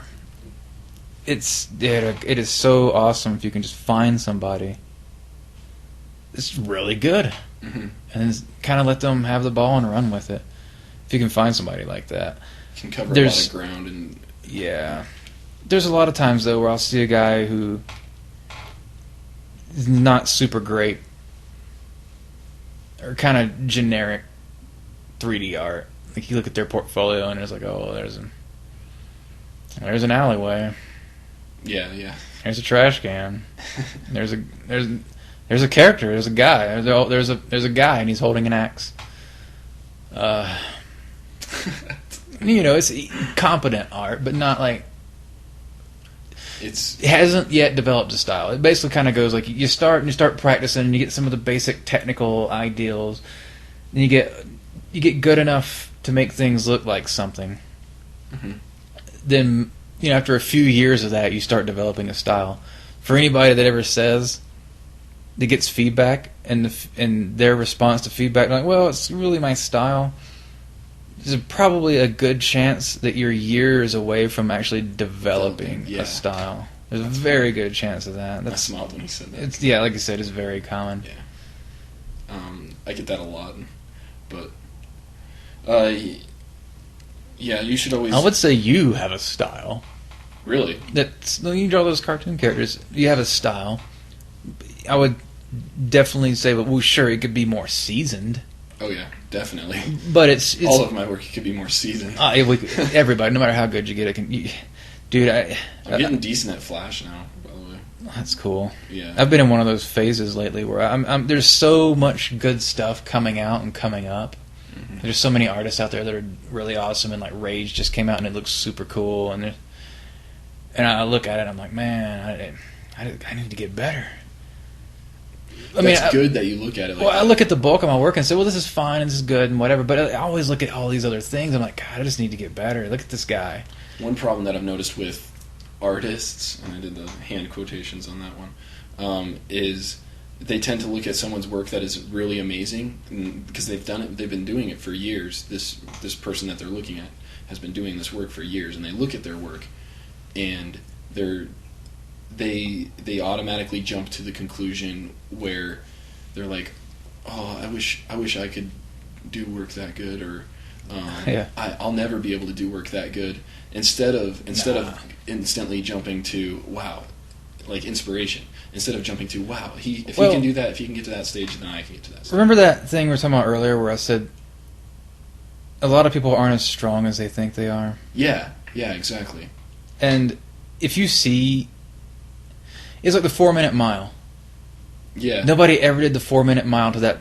There was a guy that he did some calculations on it. He got the math right. He got the science right. He got the training right. He goes, I can do it. I figured it. I can do it. And he did it.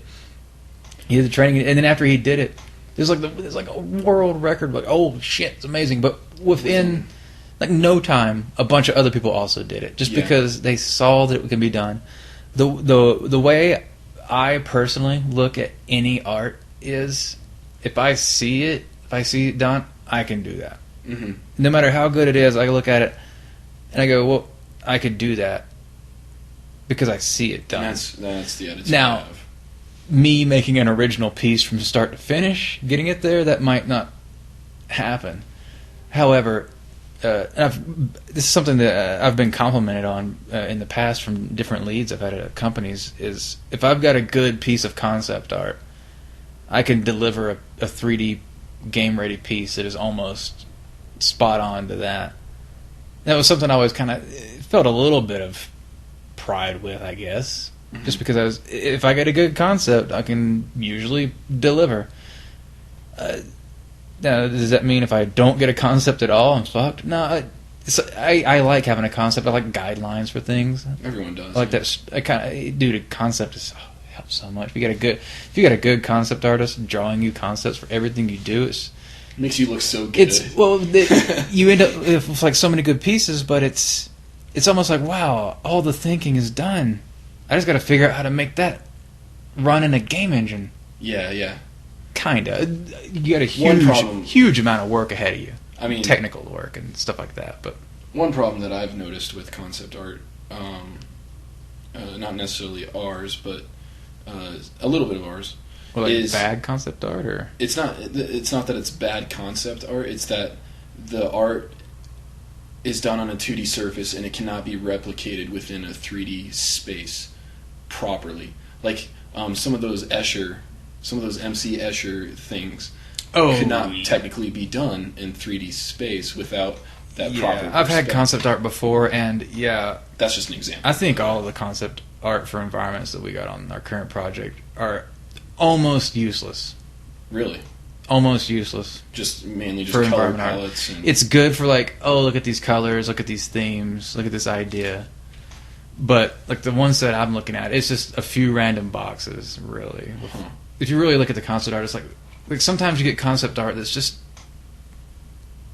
not detailed enough. Like, it's good to have, okay, if you give me some concept art, there's a bunch of atmospheric pieces. Well, that's great for conveying the overall image of the game. Like, this scene is going to be this kind of atmospheric. But it's not necessarily, okay, here's some ideas for buildings and surfaces and trees and vegetation. You know, like real concept art, like when they have like line perspective drawings of specific details and stuff like that. Yeah. Like when you don't have that, when you just have an idea, well, that's just the proof of concept. That's not even the concept. Mm-hmm.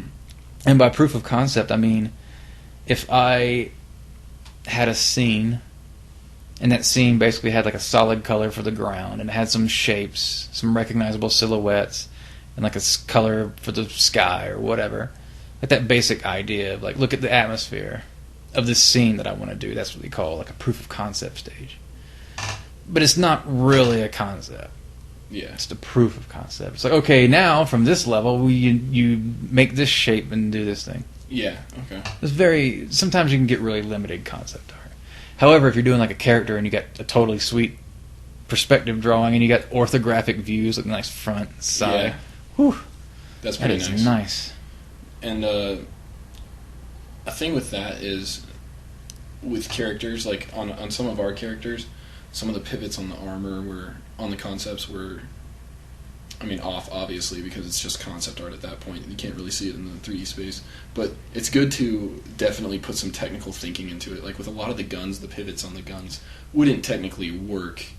But as an animator, we're forced to make that work. So. Oh yeah, well there could have been some next level. Like on those like the weapon concepts didn't have much anticipation for animation.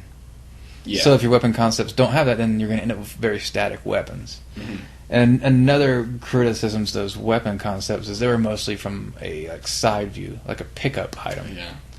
as opposed to first person view. You really got to have amazing first person views for your weapons if you're doing a first person game, because the weapons in a first person shooter are so much more the characters than the actual characters in the game. Oh yeah. Because they're on the screen, taking up a huge chunk of the screen all the time. Mm-hmm. So they're very, very important characters. I'm very pleased with the way they turned out. Yeah, well, we since redid them a few you and times. Cole, since you and Cole, Mostly redid Cole. them, yeah. Yeah, those are looking pretty nice. Let's see. I hope we answered that pretty well. 100% adaptive to the project. I don't believe it's necessary to be 100% adaptive. Well, you got to be adaptive enough to have the job. Yeah, exactly. Like as for not having any artistic input, no. You want to have your own artistic. I would say unless you're You just want to hide your initials. unless in you're there. just terrible, then you pretty much have no artistic. Yeah. Like I said, if you're just screwing up, making your mesh and doing your UVs, and they're always having to tell you how to do these things right, then yeah, you're losing a lot of creativity. But you're not losing creativity; you're gaining technical knowledge more than losing creativity, because you're not. When you're at a level where you're just really messing stuff up, then you don't really earn, or you're not really capable of creative input, because your inability to express yourself creatively is so technically flawed that it doesn't exist. Yeah. That's probably actually, now that I think about it, that's probably the best way to describe what getting into game art's all about. Is Yeah. you're going to be so technically limited at the start. Now, some people get it. Some people understand, look, if I just paint this thing because I know how to paint, if you know how to paint and you come in painting textures, then you're going to be awesome. Once somebody explains to you that all you got to do, how do I paint this? Oh, I can paint, great. But how do I put it on a model? Well, the model is just a bunch of shapes that are fake canvases based on that shape. So you just model whatever you want, and you just paint it however you want. Really? That's really it? Yeah. If you can paint good textures, and a lot of this isn't going to be a problem. All right, let's switch back. This chair's making me nervous. It's because I put tacks in it. I know you just got comfortable. No, I did get comfortable, but Oh, shit. There we go. All right. that was tough. There we go. Everything's That's better. different over here now. All right. Seat's all Cool. hot. My bad, bro. You know, there was a question asked on the previous one about, do you really need to be able to draw concept art? And I draw a lot. I was doing some concept art for some art that I was working on. So look at all this paper, seriously. But I thought it was kind of funny. For those of you that are actually watching this, let me see if I can get this on here. I was drawing this obelisk and this gate, but it really looks like a dick and balls. It just looks like, see? Oh, it does, It dude. just looks like a dick and balls. Oh, shit. So yeah, that Dick and balls, those are the best concepts, in my opinion. really happened. I was seeing if I had actually any other. Oh, that reminds me of a story. Our lead designer, or ex-lead designer, I should say, was making this one level, and he always left his computer on with his monitors at full brightness. The condom thing. Yeah, and he ended up modeling this one. It was armor. like It was like an armor building, an obelisk. Yeah, But instead of being like a straight up obelisk, it was it was like limp. It was It like was little, leaning. yeah. Like just the chubs. Like when you're full, but then you get the chubs and it's just kind of here, but it's not all the way. if you haven't gotten it yet, it looks exactly like a penis It sticking out looked of the ground. exactly like a penis. So I quickly hopped on his computer, and I wouldn't suggest doing this at any of Do your this. other companies. I suggest doing this at your studio. I forgot if it was you or me. I think you modeled the. I modeled the condom I real got it quick. in there for him. Yeah. we modeled him. I put on a transparent texture, so it had like a cool like gloss, reflective texture. It was pretty nice. It looked like a real rubber over this yeah. dog. So yeah, we put a rubber on it. Like so, yeah, 30 minutes. It wasn't even 30 minutes. model in condoms over penises in people's work. Model in penises over people. Another really good thing you can do Just get whiteboards is in your house. Sorry. when someone's working in Photoshop and they leave their thing up, and they got their layers. Google up like something like big black cock, and just drag and drop porn into like a layer deep in there, and then hide it. Then hide the layer. And hide the layer. It's there, but they oftentimes won't notice it, Oh my especially if gosh, that's you awesome. name it with their naming scheme. But like whatever number of what, you just kind of sneak it in there, and they'll just forget about it. And sometimes they'll find it. That is brilliant, dude. Another classic one if their monitor is off is you use a dry erase marker. Dry erase, not permanent, people. Dry erase marker, just like on whiteboards. You can draw things on their monitor, so when they cut their monitor back on, and they'll see it, and then they can just wipe it off because it's dry erase. But what a stupid prank! They're all stupid pranks. Yeah. I remember back at Mythic, dude, people always used to turn everything backwards. Just like your monitors. They take their monitors and turn around, but everything on their desk. Just take everything and just go like 180. 180. A really simple trick. Doesn't really do any harm. Well, I have 3 mice hooked up to my computer, and I came in one day and I tried to use my laser mouse. I don't know why I didn't directly look at the bottom, but for some reason my laser mouse wasn't working, so I checked my other mouse and it was working fine, and then I checked my other mouse, which is a Wacom tablet. Get some tape. You have tape under there?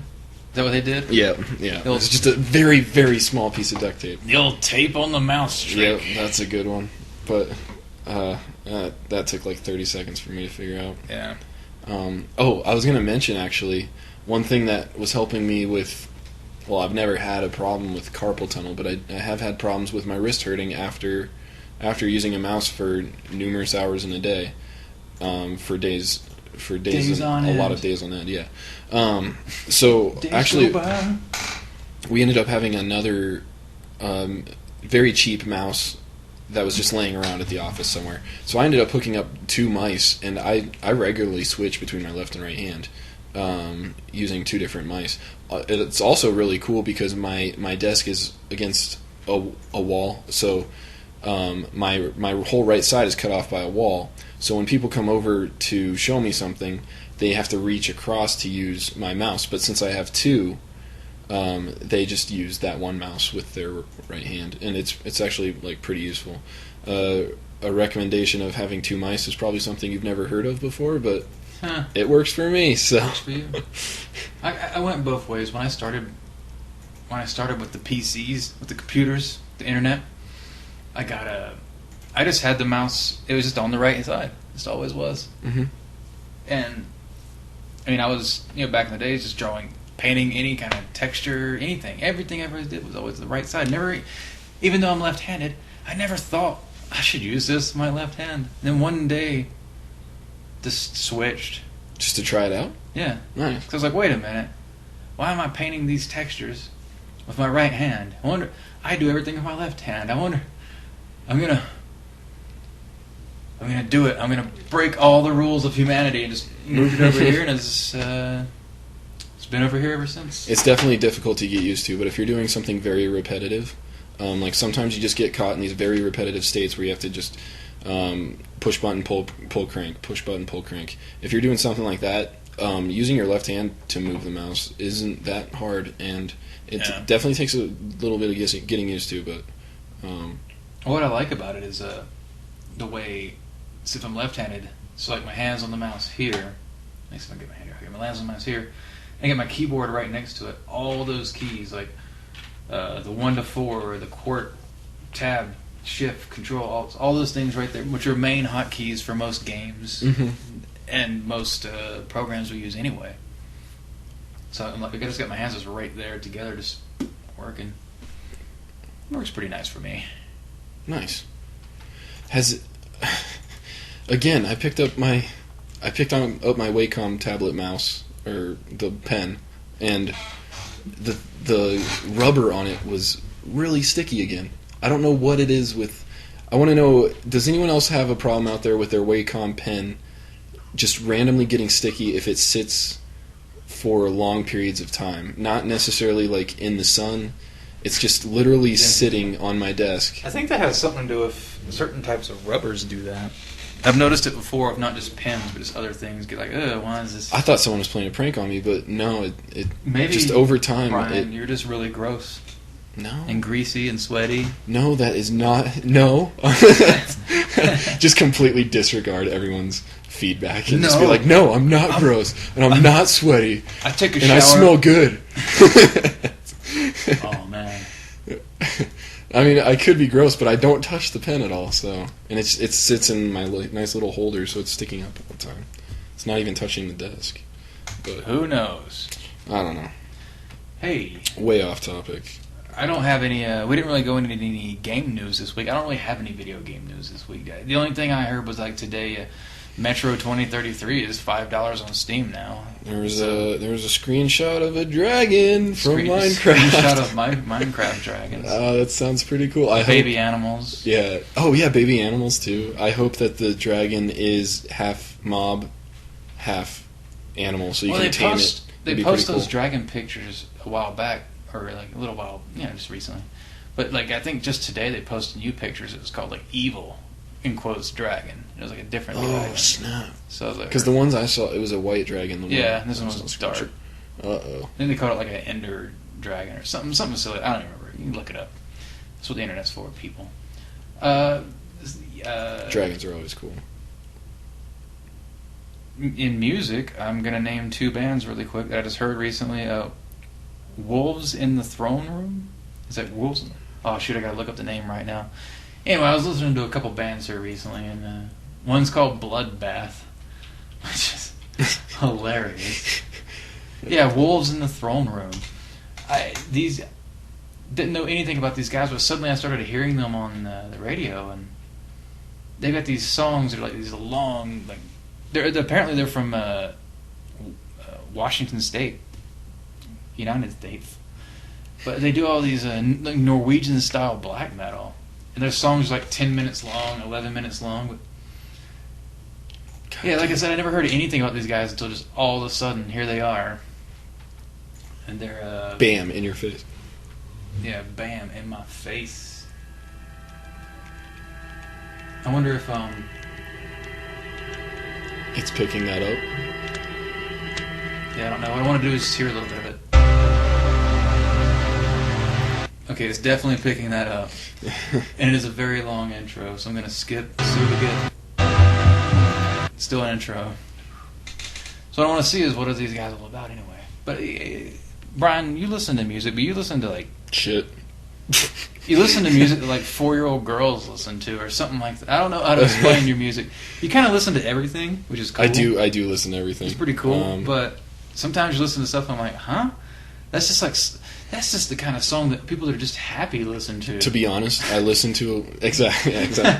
To be honest, I listen to a lot of those songs that that just tend to be generally popular. If they're generally popular, and I know that song, then I feel confident when I go to a bar and that song comes on. Even if I don't like it, it's nice to. Isn't that weird? It's nice to. That's a weird way pretend of to like it. There's no.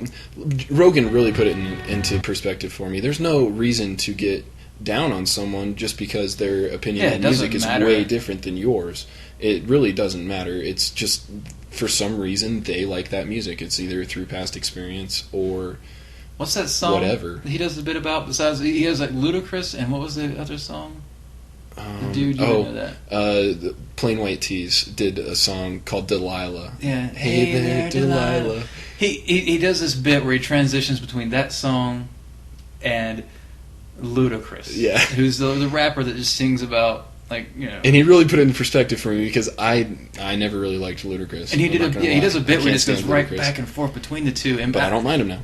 Yeah, and I don't listen to him, but I don't mind him. I don't listen to either one of them. I was like, I don't know what any of that's about.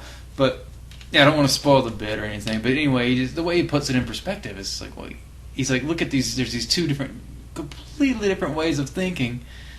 But he's like, but I like both these songs. It's like, it's just so crazy. What are these? Why did this happen? Kind of thing. It's just a weird situation.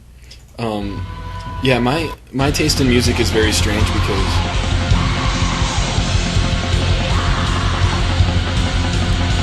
That is some black metal. Yeah. That's the blackest metal there is. And these guys are out of Washington. Olympia, Washington, yeah. My soul just they're influenced by a tear. Scandinavian black metal. That's what they said.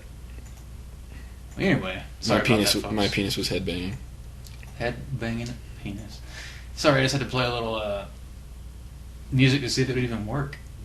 You got to test these things out. You never know until you know. But yeah, as for my taste in music, it is very strange. It's like Zack Ryder's taste in music. I don't have any musical talent, so if I did, I'd probably. What's that like? It sucks. It really does suck. I wish I did. I mean, I could play the keyboard like when I was very, anything. very young, but I played trumpet in high school, and I have a guitar, but I'm terrible at it. I can't do anything. It's out of tune. I got a keyboard over there that I can do a few things on. So any song with funny lyrics, I automatically like. Oh, like Weird Al.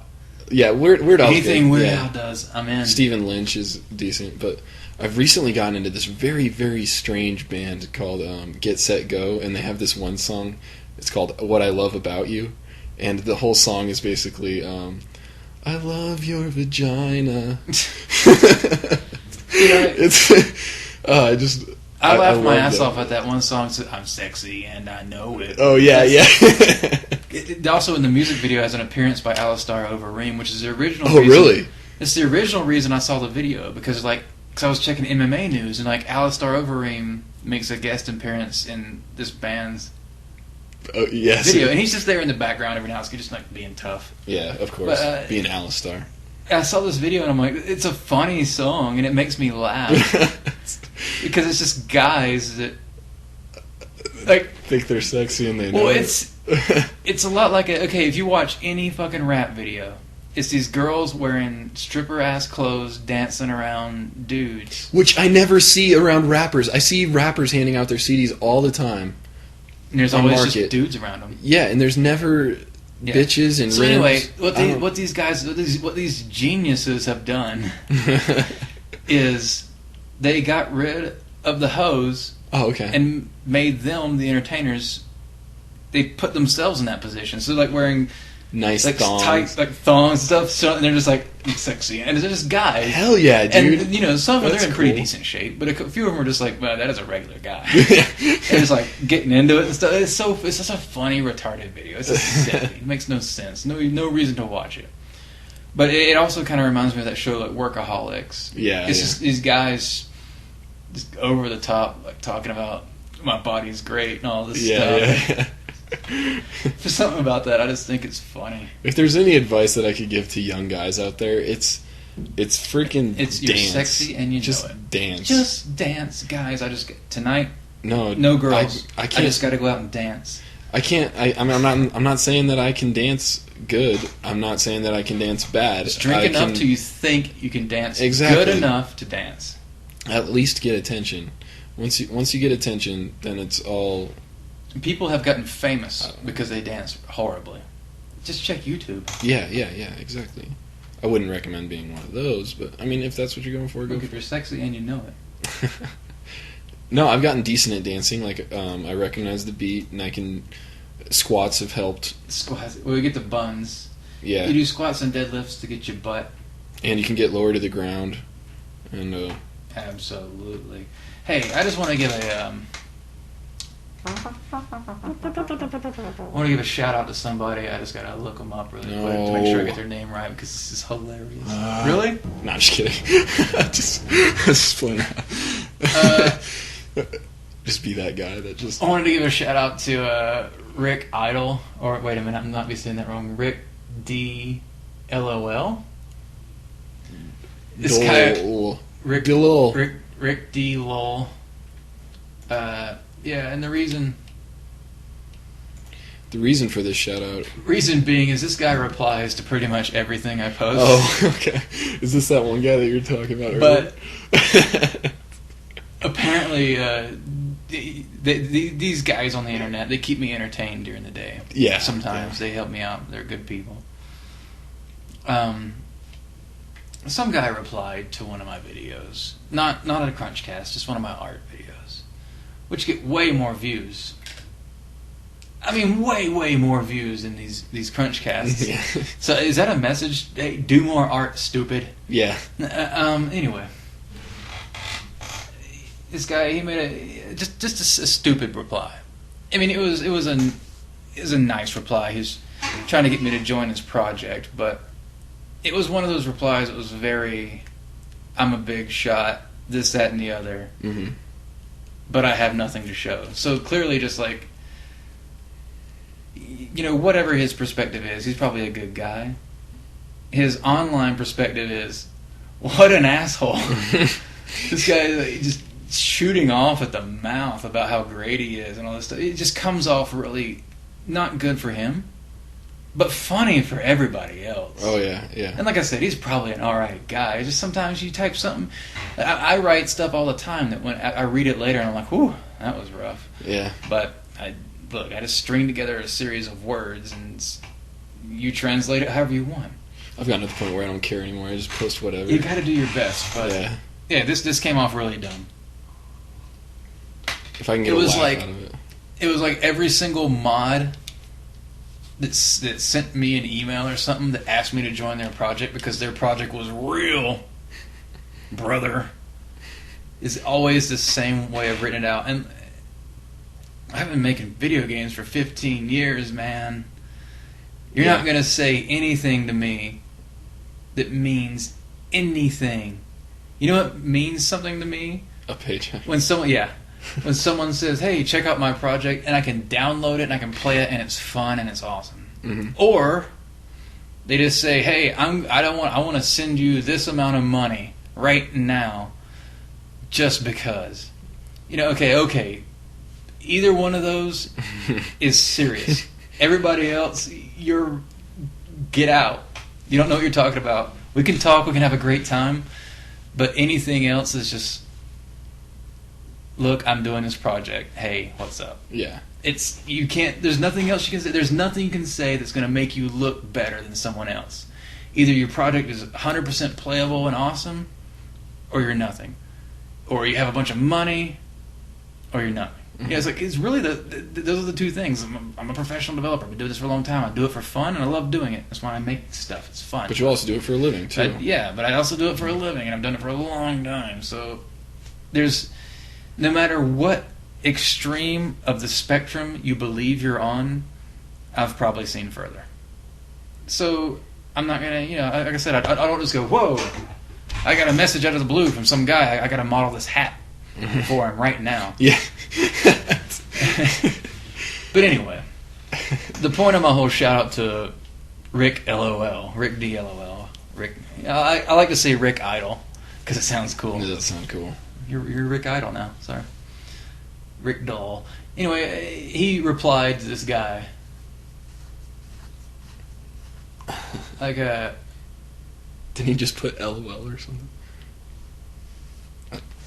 Yeah, it was he just replied to the guy LOL.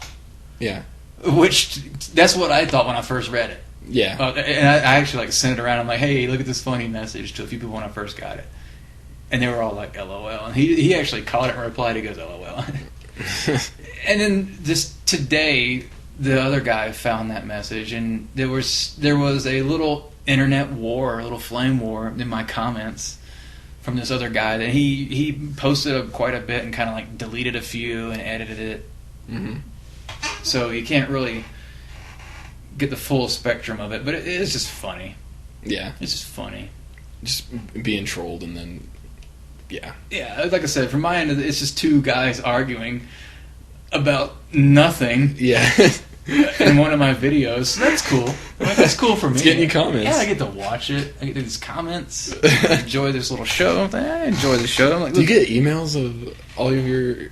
I don't get enough comments on YouTube to know if it lists what exactly you what can they set say. it up to send you notifications if you get certain types of messages. Because I was just curious if you had the whole argument within your email. Because this other guy ended up deleting a majority of his comments. I think so, yeah. Yeah. So. No, I believe that, let me see. Your notifications are off. Mine are on because I don't get enough. I only but get... I don't want enough. YouTube really only lets me know right now if I just get a message sent to me. Mm-hmm. Like not like a comment. Just because with all the stuff I got uploaded now, I don't really need to worry about. I don't need to worry about all that. Yeah. I need to update my stuff. Update your shit. Anyway. Oh man, I watched the animation I did in college the other day, and I was like, wow, this is definitely beginner level work. You're like, I'm terrible and I hate myself. Yep, that's exactly what I said. That's how I feel all the time. I hate Bryan McConnell. Oh, shit. No, yeah, so we should probably wrap it up then. That's what I was thinking, too. Yeah. This has been a pretty long one. It's worked out pretty well, so check us out. CrunchStudios.com. I miss John Jones. What's his Twitter? Our producer wasn't here today. At John Jones. He's Jones. Doing that Austin GDC thing. Or as I like to call it, he's probably drunk. Lucky. So yeah, you can follow us on Twitter. He's in Texas too, which is like Austin. a whole other country. Yeah. And follow us on Twitter at Chris Holden Dev, at Bryan McConnell. That's Bryan with a Y _ McConnell. There's a whole bunch of double consonants there. Hit enter twice too. I don't know. I did that by accident one time. I was like, enter. Here's what you do: you hit Alt F4. Yeah, hit Alt F4, and that'll subscribe you to everything. No, don't. Please don't hit that. But yeah, more pranks. Yeah, you subscribe on YouTube. Yeah, you can also subscribe on Vimeo. I guess that's cool. It's dope. It's awesome. Download the MP3s, and hopefully I can figure out. Dude, if I can figure out how to get that iTunes things working, I swear. I asked for help. Nobody can help me. I'm asking to get on here. Help me with iTunes. I can't figure it out. I don't own a Mac. Yeah, because that would be pretty cool if we got to number 1 on it. Take that, Joe Rogan experience. All right. Take care, guys. Let's see if this thing works.